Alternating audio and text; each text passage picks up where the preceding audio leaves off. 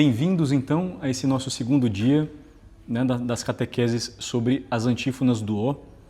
Hoje, dia 18 de dezembro, a antífona prevista nos faz considerar alguns eventos da história da salvação, como nós tínhamos adiantado ontem, né?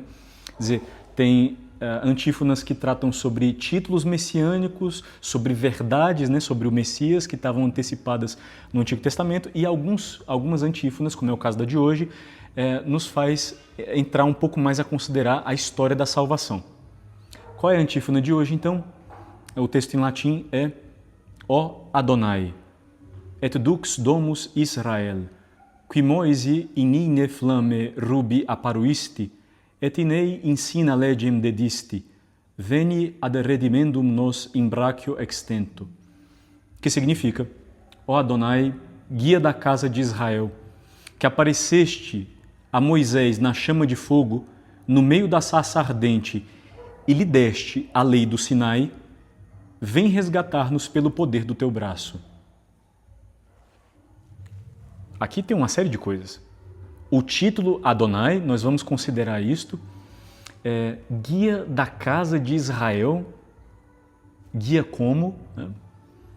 Que apareceste a Moisés numa chama de fogo, no meio da sarça ardente, uma teofania, né?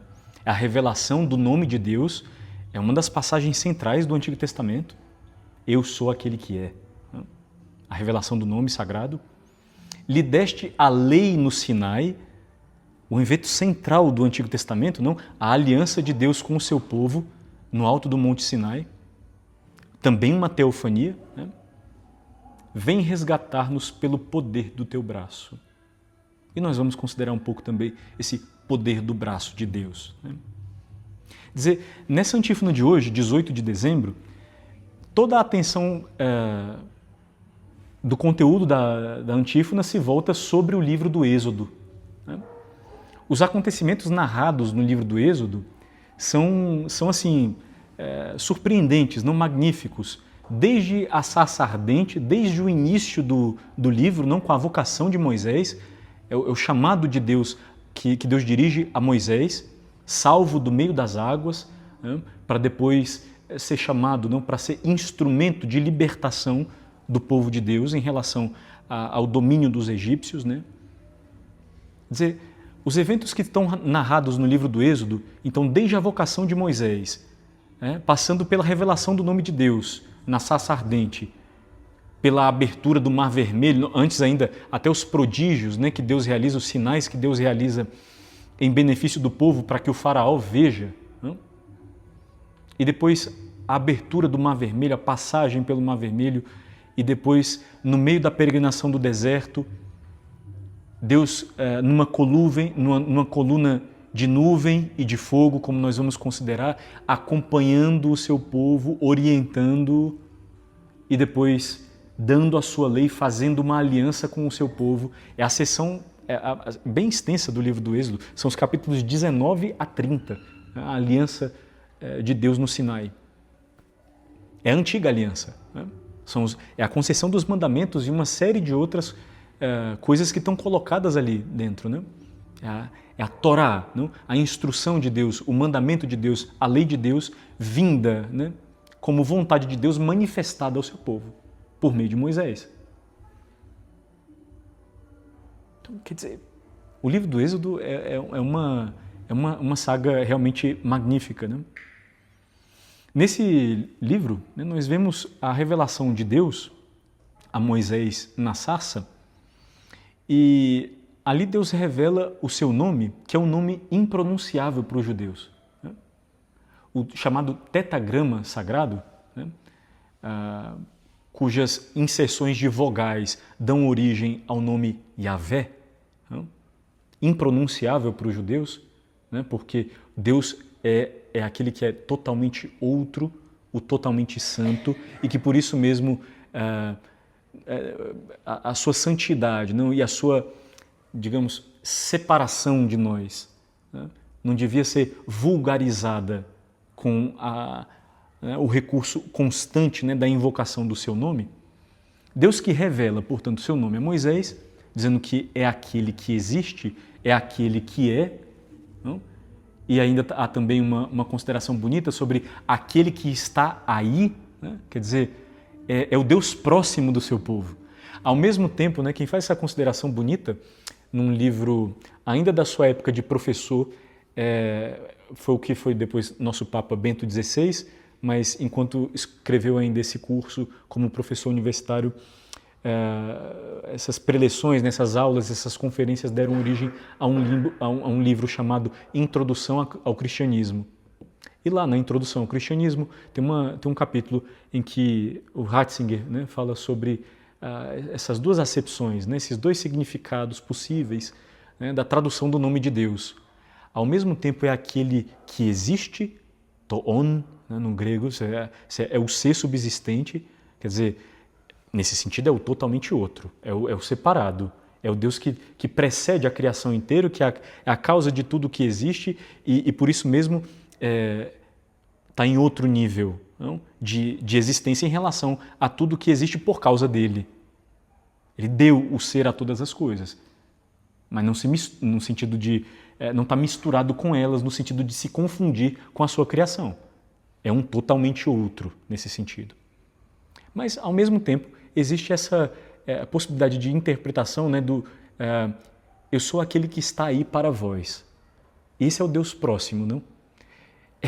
Inclusive, é o Deus que faz aliança, é o Deus que revela o seu nome, é o Deus que se faz, portanto, então, ao mesmo tempo que está envolto numa nuvem de mistério, né, e da sua santidade, ao mesmo tempo é o Deus que se permite invocar. É o Deus que se revela, que se mostra, não se mostrando. É um paradoxo, não? Mas Deus, ao mesmo tempo, é esse que faz aliança com o povo, que intervém na história do povo, que liberta o povo, que caminha com ele. Quer dizer, não é exatamente só o separado, né, o distante, o ser subsistente. É isso, certamente. Isso fala sobre a essência divina. Mas, na história, Deus está aí para o seu povo. É o Deus de Abraão, de Isaac e de Jacó. É o Deus que fez aliança com o seu povo, que caminha com ele.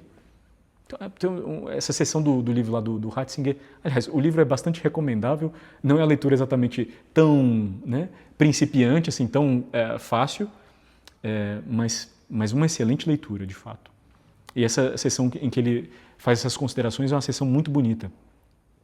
Então, esse nome que Deus revela a Moisés, nesse episódio da sarça ardente, no capítulo 3 do livro do Êxodo, é um nome que para os judeus é impronunciável. E por isso mesmo ele é substituído na prática e nas orações, na vida corrente do povo e nas orações, por um outro nome, Adonai, Senhor. Significa Senhor.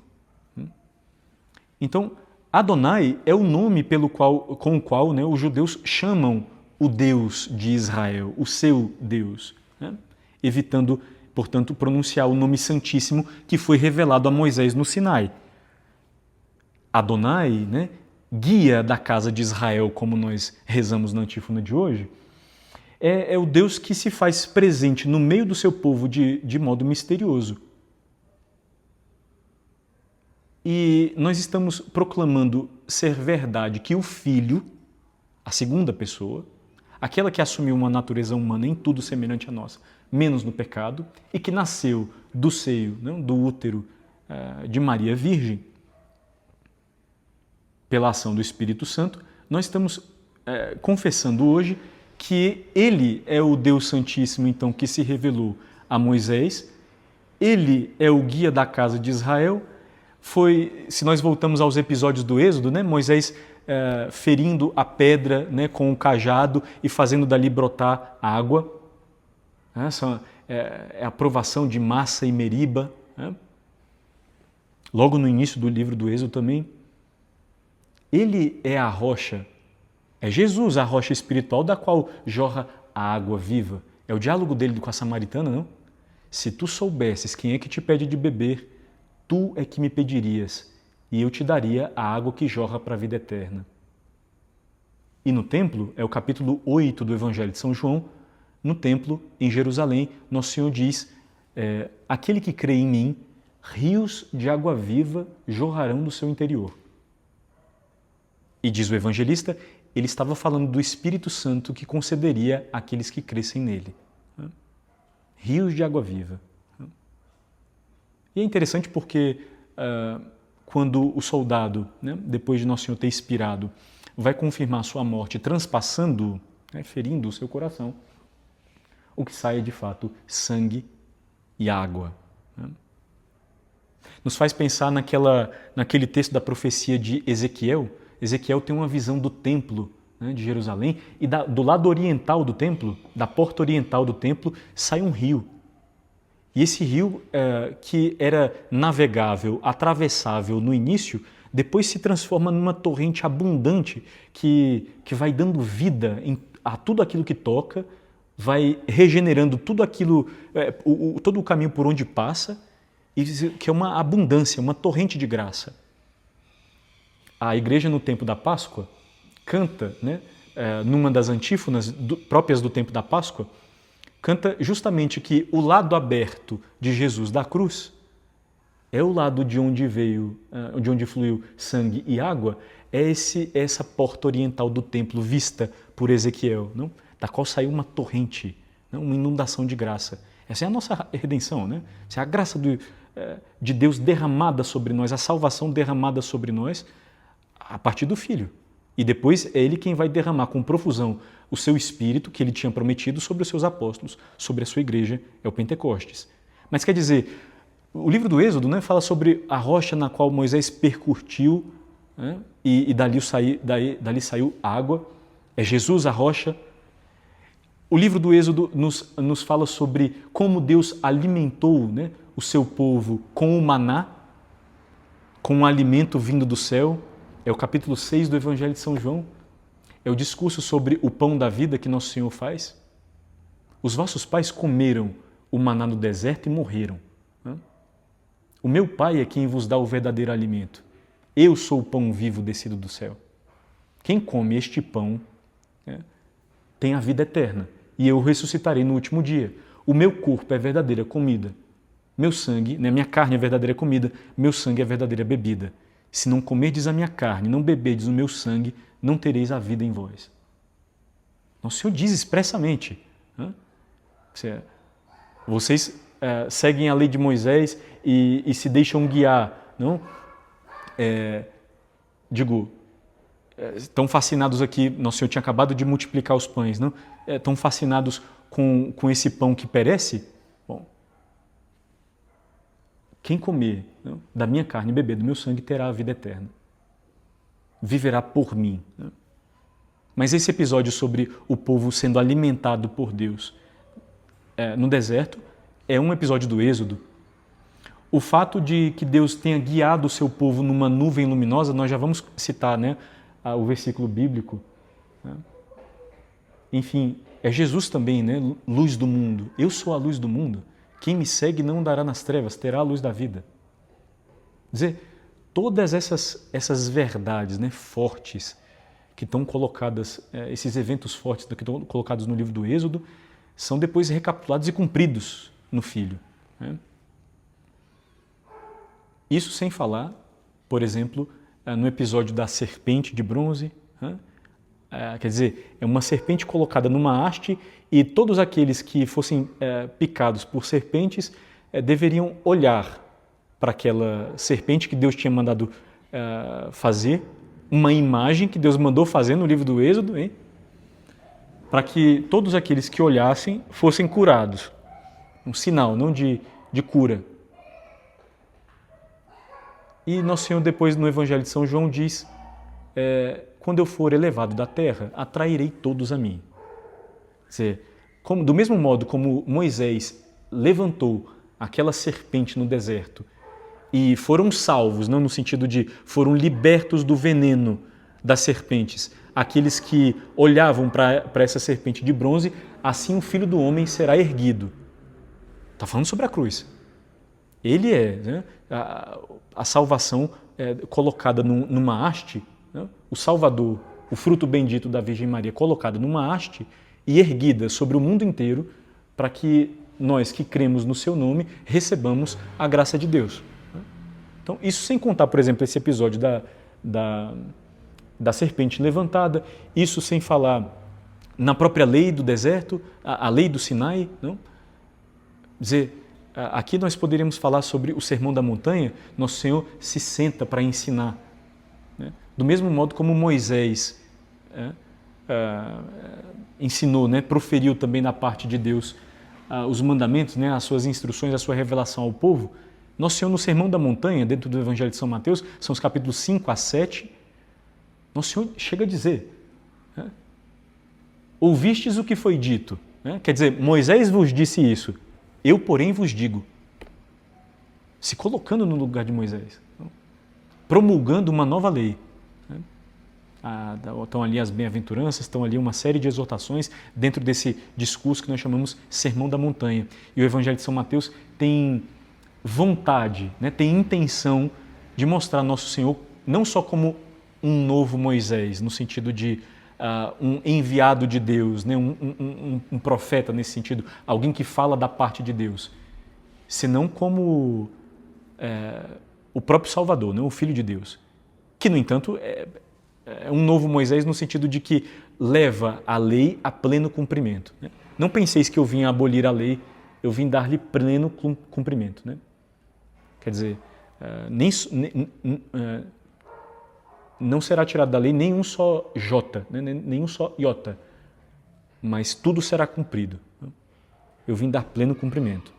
Quer dizer, Nosso Senhor é a realização plena daquilo que Moisés foi, né? Da parte de Deus como instrumento.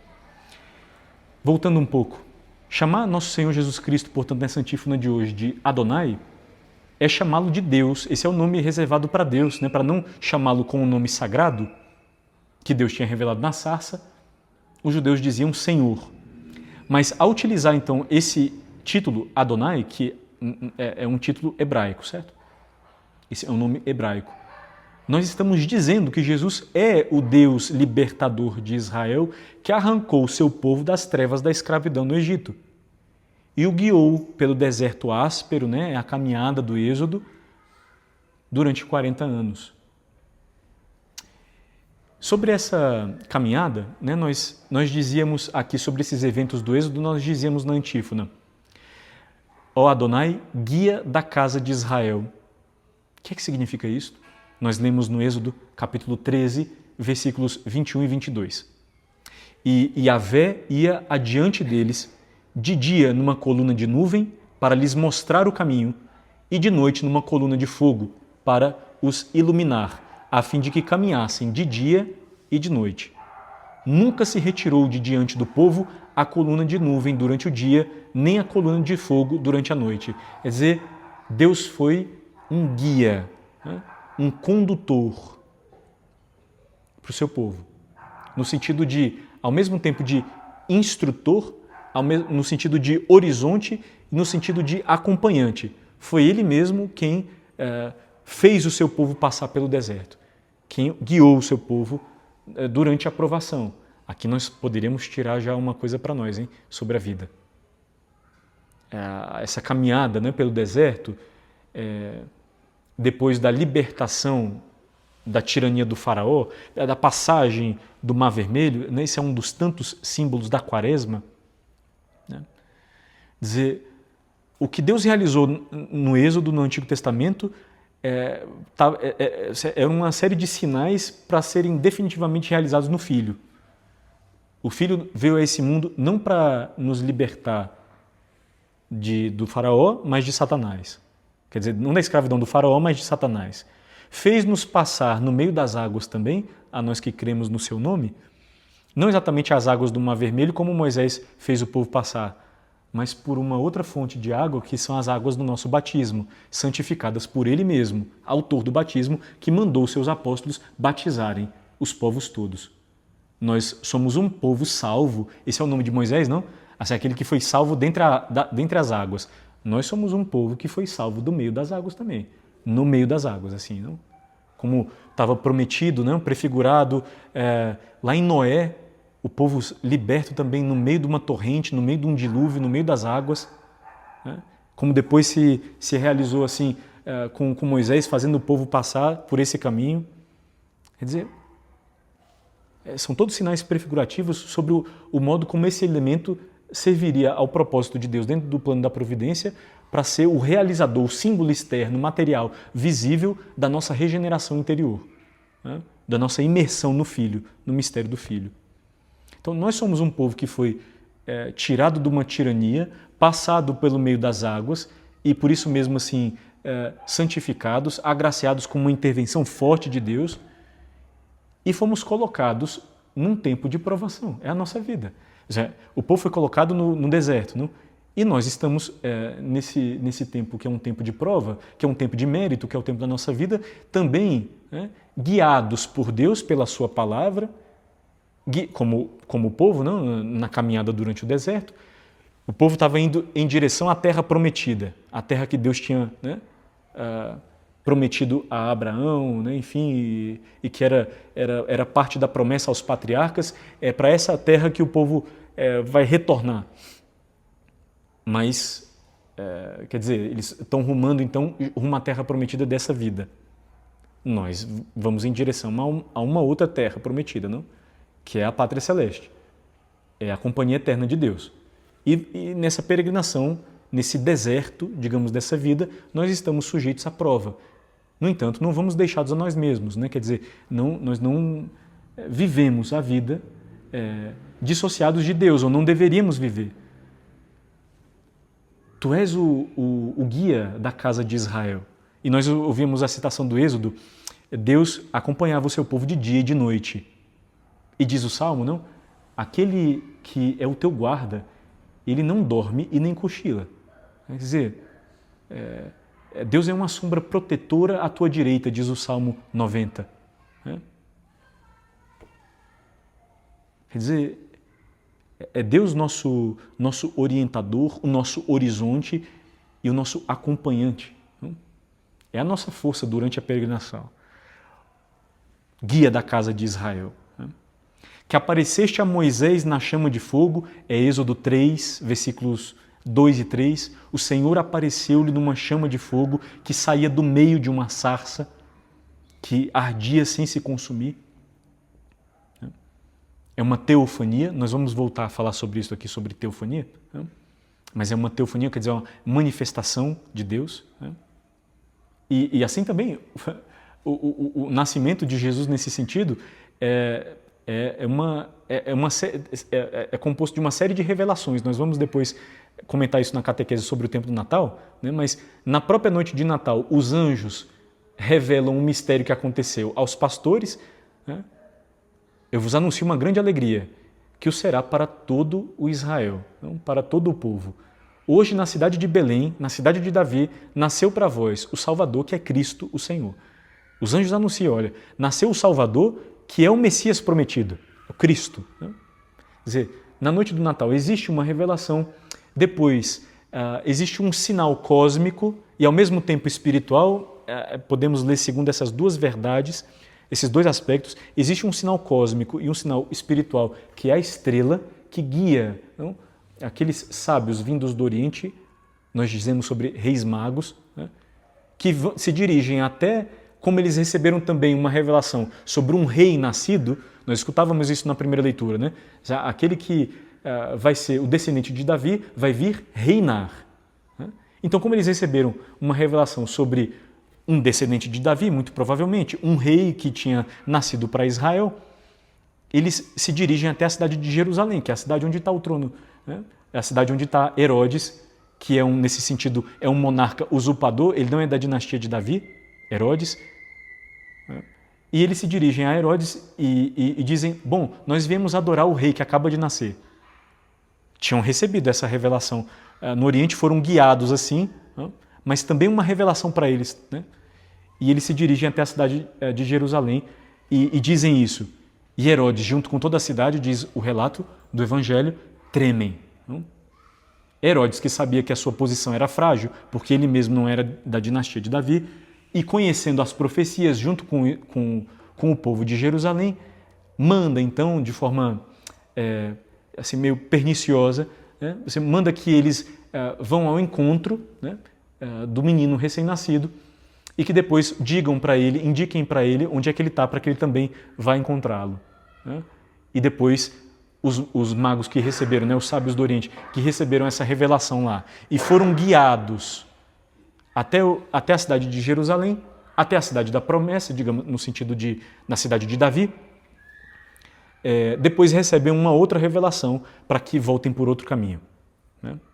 São José também recebe uma revelação sobre o que fazer com a Sagrada Família, porque Herodes ia buscar matar o menino.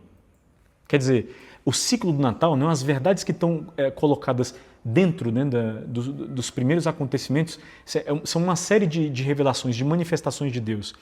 E o fato de que, esse é o mistério que nós vamos celebrar na Epifania do Senhor, 6 de janeiro, que é quando é a festa, né, dos Reis Magos, digamos. Mas o que significa isso? É o aparecimento de Deus, é a manifestação, é a revelação do mistério de Deus, não só a Israel, não só ao povo da antiga aliança, mas a todos os povos resumidos, né, simbolizados naqueles pagãos que vieram ao seu encontro. A salvação e o Salvador é um Salvador universal. Certamente é vindo da história de Israel. É ele um herdeiro de Davi e assim por diante, mas brotado, né, vindo da história e das profecias e de todo o amor de Deus semeado, depositado dentro da história de Israel, é um Salvador para todos os homens. E nesse sentido, Israel, que estava sendo preparado por Deus desde o Antigo Testamento com uma vocação universal, embora não percebesse isso adequadamente, se expande. É a igreja, é a comunidade da Nova Aliança. É a igreja que nós chamamos católica por isso, universal. É a universalidade da sua presença no mundo, do seu envio. A igreja está enviada ao mundo inteiro, né, para anunciar o Redentor, a sua salvação e para celebrá-la com os seus sinais sagrados, para dispensar a salvação nos sacramentos, justamente porque ela é instrumento unido, né, ela é esposa, né, é o corpo místico do Cristo presente no mundo, que veio para todos os povos. Bom, uma teofania então na sarça ardente. Mas nós fizemos um parêntese grande aqui, né, para falar sobre uma série de teofanias que estão colocadas no ciclo do Natal, o próprio Natal, o próprio nascimento, depois a Epifania, que nós chamamos assim, né, até o aparecimento, a manifestação. E depois vamos comentar ainda sobre o batismo do Senhor, que é uma teofania também. É a festa que encerra o ciclo do Natal, que é a festa do batismo do Senhor, mas nós vamos comentar isso lá dentro da catequese sobre o tempo do Natal. Mas então, Deus se manifestou no meio da sarça, é uma teofania do Êxodo, deu a lei, fez aliança com seu povo no Sinai, é uma teofania, e lá no Sinai, vento e fogo, são os eventos, né, do modo como a antiga aliança foi estabelecida, o modo como Deus deu a sua palavra, deu a sua lei, né, os seus mandamentos e fez aliança com o seu povo. Por exemplo, nós lemos assim, no capítulo 24 do Êxodo, eu pensei que eu tivesse colocado a citação ali.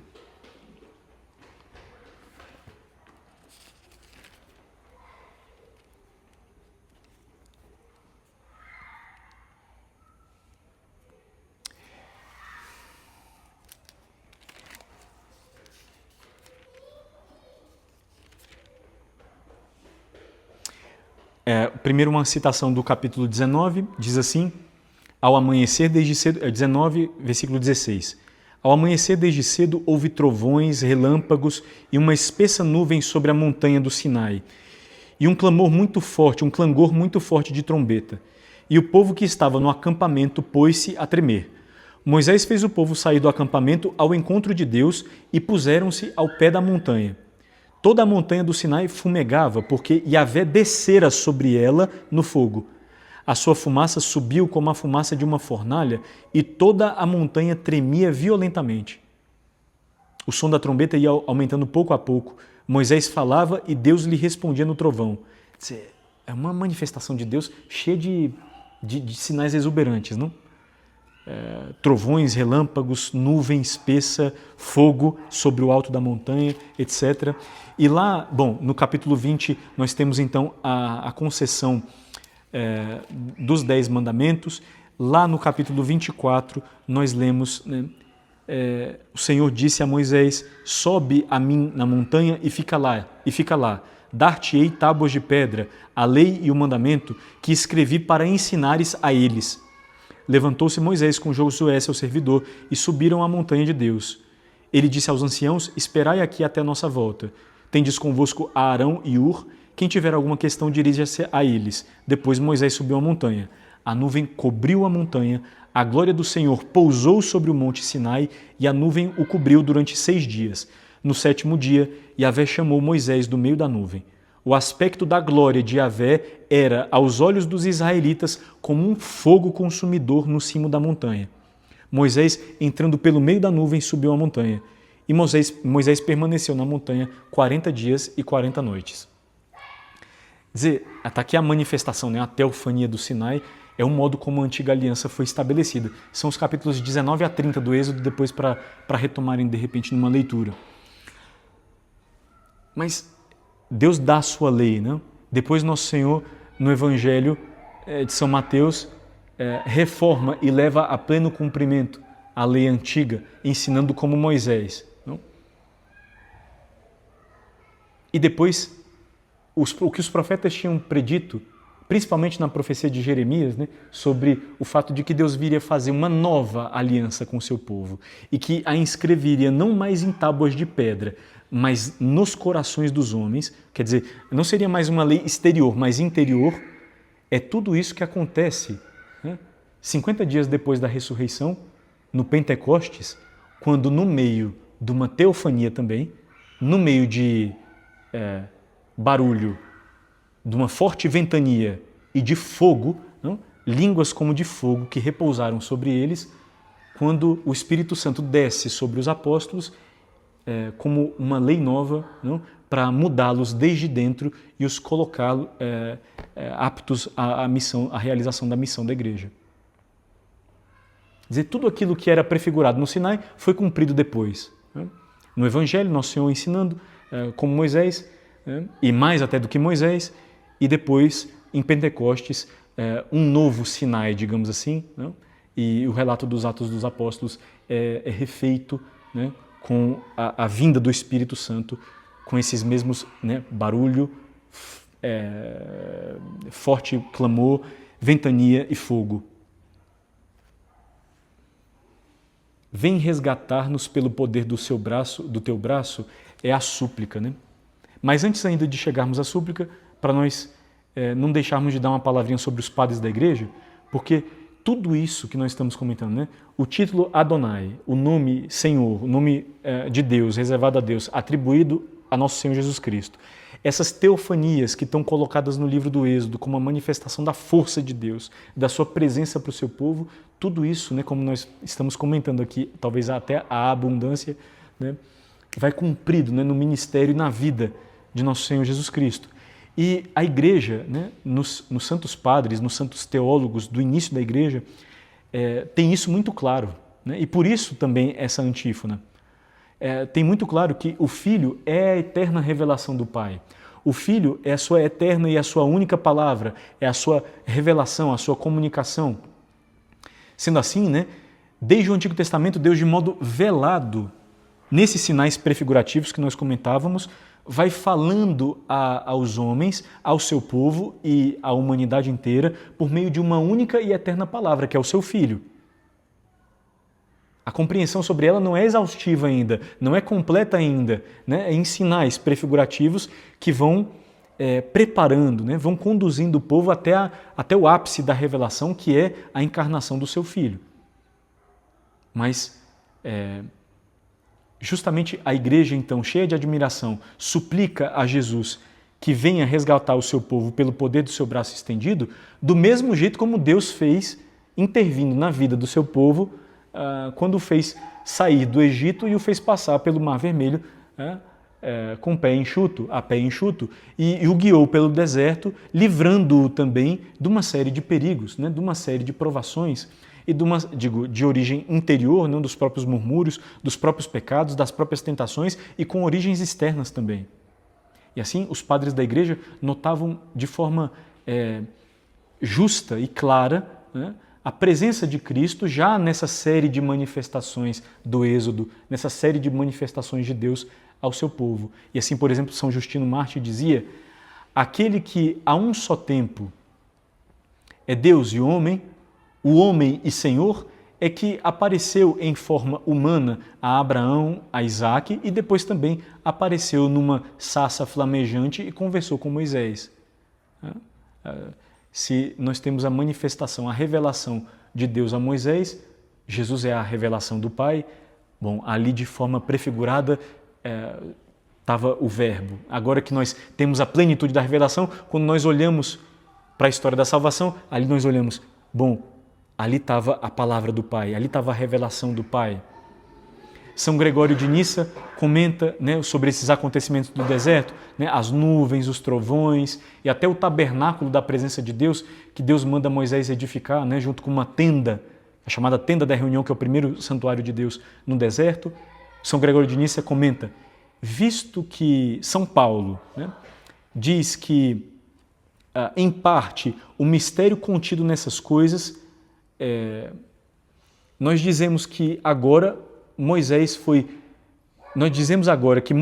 previamente instruído em figura, né, quer dizer, antecipadamente, sobre o mistério do tabernáculo que abrange todo o universo, que é nosso Senhor Jesus Cristo. Quer dizer, por meio desses mistérios, por meio desses sinais, o São Gregório de Nissa está dizendo que Moisés recebeu uma revelação também, né, sobre quem seria, né, o verdadeiro cumprimento daqueles sinais prefigurativos. Este tabernáculo, que é Cristo, o Filho de Deus, continua, é de certa forma incriado e criado. Ele é incriado na sua natureza divina, na sua preexistência, e é criado ao receber esta existência material, esta nossa vida na carne. É isso que São Gregório de Nissa escreve num livro famoso chamado Vida de Moisés. Né? Quer dizer, não surpreende, portanto, que essa versão latina, né, dessa antífona que nós estamos comentando hoje, que é a antífona Ó Adonai, tomando essa palavra emprestada, né, dos hebreus, não espanta que nós a utilizemos, já que significava Senhor, para falar sobre o poder de Deus, sobre quem é Deus, sobre a sua intervenção e a sua presença na história do seu povo. Não estranho que nós o utilizemos com o nosso Senhor, que é chamado no Novo Testamento, principalmente dentro dos escritos de São Paulo, como Kyrios. Intencionalmente, como Senhor. É a tradução no grego do hebraico Adonai, do hebraico Senhor. E assim, quando São Paulo, por exemplo, diz que Jesus é Senhor, né, o que nós estamos evocando, utilizando essa palavra para dizer que Jesus tem domínio, governo, para dizer que Jesus é forte, não? E está presente na nossa vida, inserido nela, depositado nela, é tudo isso, né? Tudo isso que nós estamos recapitulando quando usamos essa palavra. Quer dizer, não é um título simples, não é um título vazio. Né? Dizer que Jesus é o Kyrios no Novo Testamento significa dizer, com as palavras do Antigo Testamento, que ele é o Adonai.